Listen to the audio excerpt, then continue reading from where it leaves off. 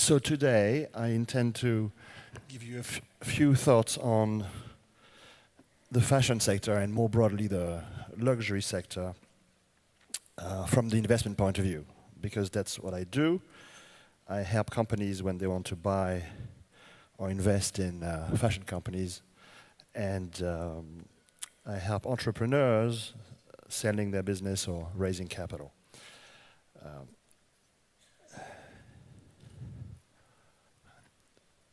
This is the, sorry, we've gone too far. I'd like to go back. I'll do it. Okay. The luxury sector today is fully recognized as a professional sector. That wasn't the case 20 years ago when I started work, but I have to say nowadays everybody follows it, a lot of analysis, professionals, etc., etc. And as a result, the sector has become very attractive to investors. And the root, the heart of the luxury sector is indeed fashion. On this graph here, we've plotted our own Savigny Luxury Index, which plots the performance of a basket of luxury companies against the overall sector index. And you will see that even though it's more volatile than the overall index, that the luxury sector as a whole is clearly outperforming the overall index. And there is a drop at the time of the crisis in 08-09, but the trend is quite clear. This is since September 11, 2001. And the next slide, if we can get it to move, is since the bottom of the crisis in 09.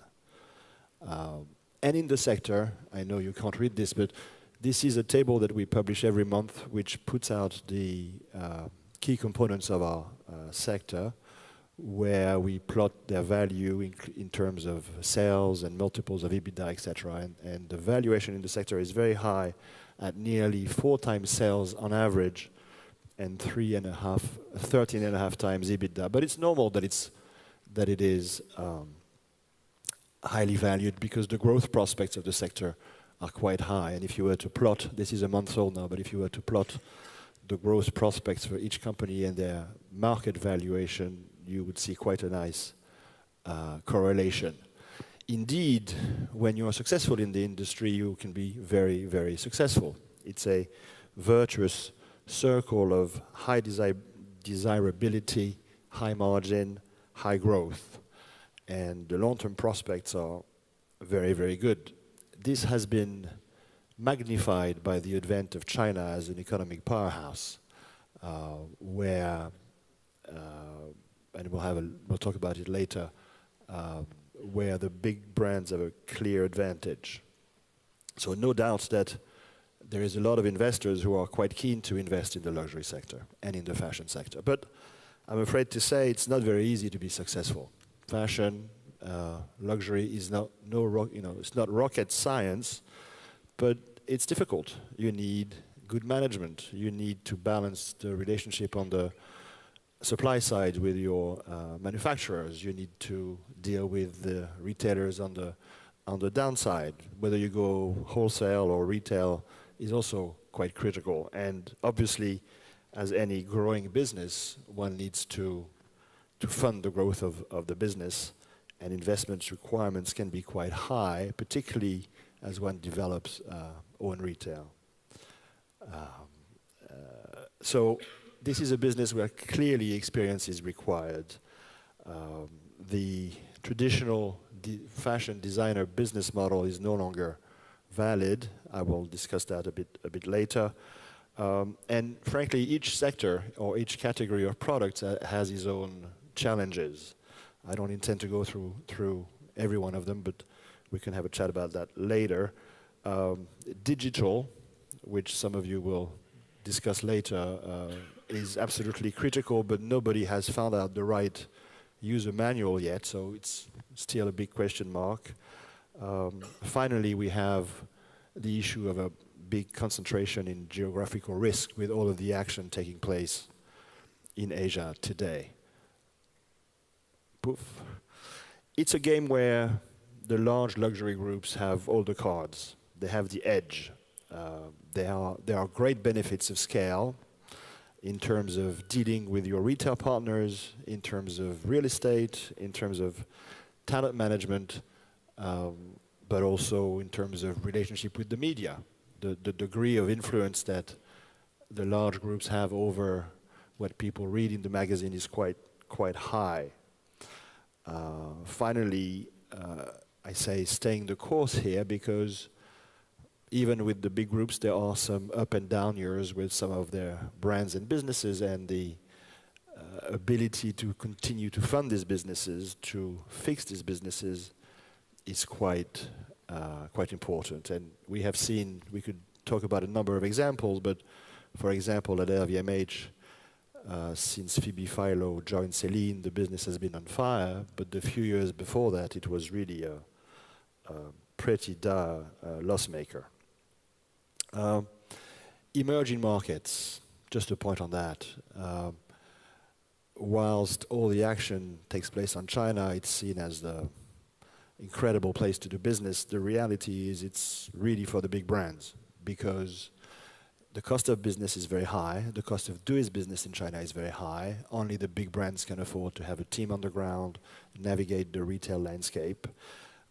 And really, because this is an ex-communist country, there are no tradition of successful multi-brand retailers. So as a brand, finding a retail partner to get proper distribution is extremely difficult. And now we're seeing some good Hong Kong-based multi-brand retailer like IT Group or Lane Crawford expanding in China, but it's still early days. So it's very difficult to do business there, and then there are issues of intellectual property, copying, counterfeiting, etc. So today, only the big boys have been successful in China.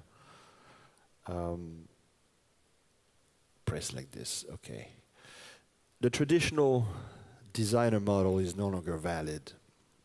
I think in the past it was accepted, and the practice was to have a high price main line and then a diffusion line that was doing most of the business, and finally you'd make money churning out licenses and earning royalties. That was in the past. Today, try that, I guarantee you will fail. And there are a number of talented designers, very talented designers, who have seen their business fail. And as I say here, for every Lanvin, there is a Christian Lacroix or a Narciso Rodriguez. I'll give you a quote of Narciso a little bit later, which I believe is interesting. So what about new business model in the fashion world? First, we saw the rise of fast fashion, the Zara, the H&M, which someone mentioned earlier on today. At that time, the large luxury groups didn't really pay attention. It was not their customer, things were cheap, and there was no design kudos. They were just copying what was elsewhere. More recently, however, in the last 10 years, but really more in the last 5 years, we've seen the rise of what people have called the contemporary category. And the contemporary category, that's different now, because we have people that can be very creative, that are very respected by the press and commentators in the business, that come out with a strong point of view, that generate a lot of buzz, who are selling products at a discount, significant discount to what the traditional designer brands do, by sourcing, smartly, by running their business smartly. And some of those are very, very respected, as I've said. Acne Studio, APC in Paris, Isabelle Marant, I mentioned a couple more. The list can be longer. And some of these brands are not so respected, but they are extremely well merchandised. And as a result of that, their business has been booming. Tory Burch, mentioned as a several $1 billion in value today. Sandro Hommage and the crop of French brands, also very, very successful.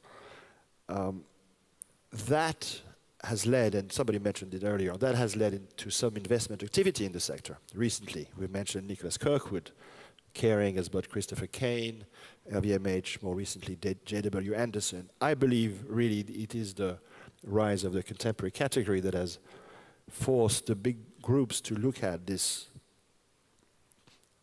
new category of fashion brands. And in that sense, for me, it was really a wake-up call to the big groups. Not only, did I mention here, not only investment, but also what I call bold repositioning, bringing Alexander Wang at Balenciaga, young Asian American, Balenciaga, very traditional, couture-based brand that was quite bold, or the repositioning of Kenzo, where they want to take it down market, more volume, but very, very creative. Some business pointers, which for me are interesting to anybody who wants to be in fashion. There's a lot of things here. We don't need to go through everything, but I think for me the most important thing that has developed over the last 10 years is the importance of a merchandising role, of somebody who can be between the designer and between the business side, somebody who can help the designer with getting their collection more commercial without losing the creativity and the spirit of the brand. And that role, I don't think it existed 20 years ago. We had people doing marketing, we had people doing sales, but today merchandising, absolutely critical.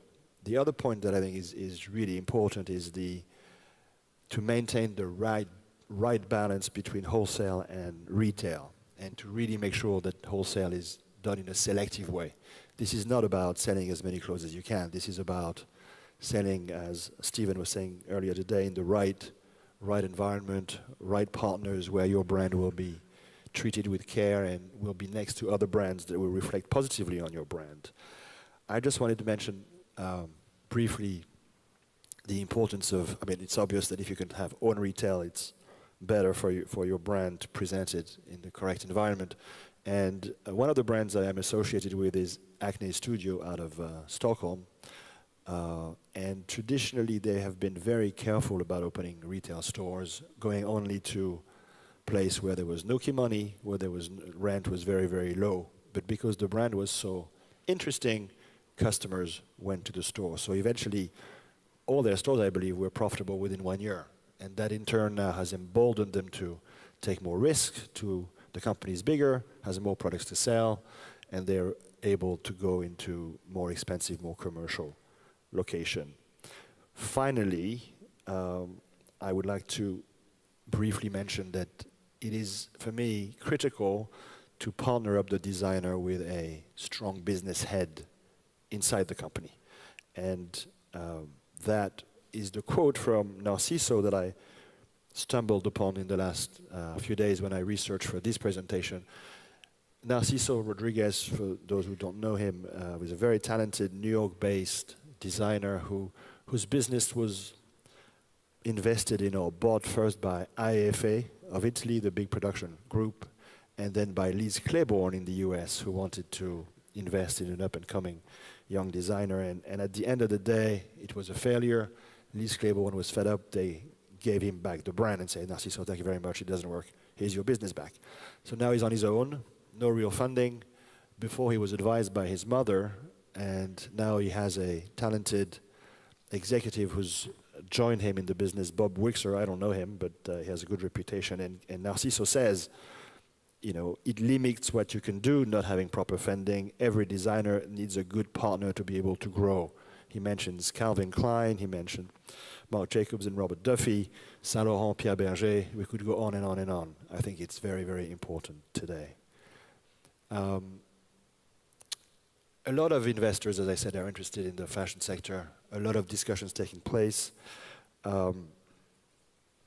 but very high mortality rate. Most deals do not get done. They do not get done because of valuation issues. They do not get done because people are scared of the risks.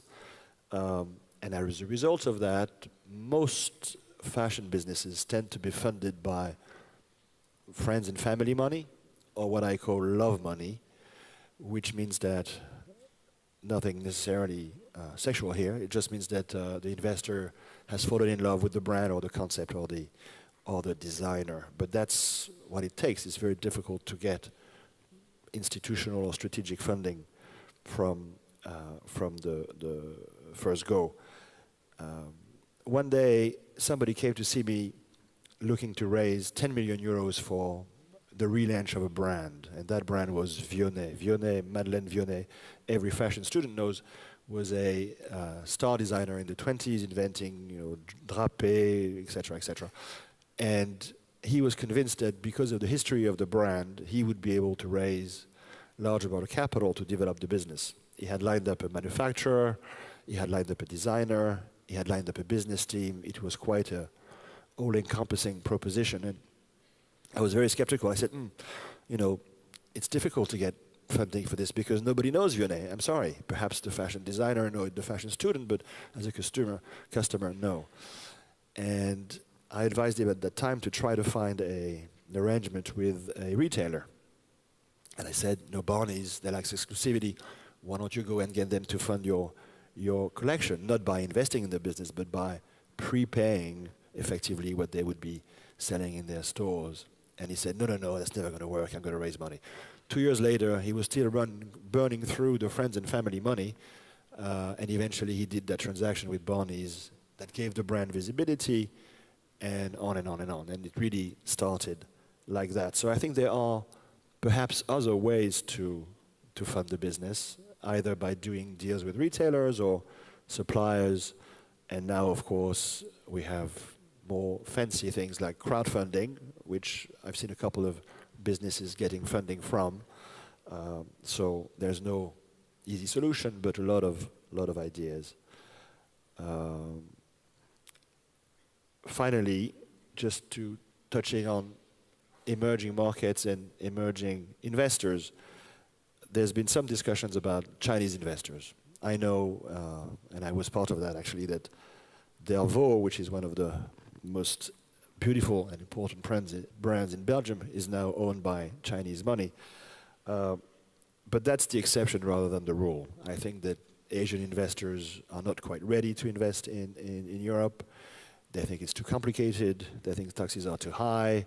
They are focused on their own domestic market, and they're interested in bringing brands to China by buying the rights to the brand and getting on with licenses, which is not the right thing to do.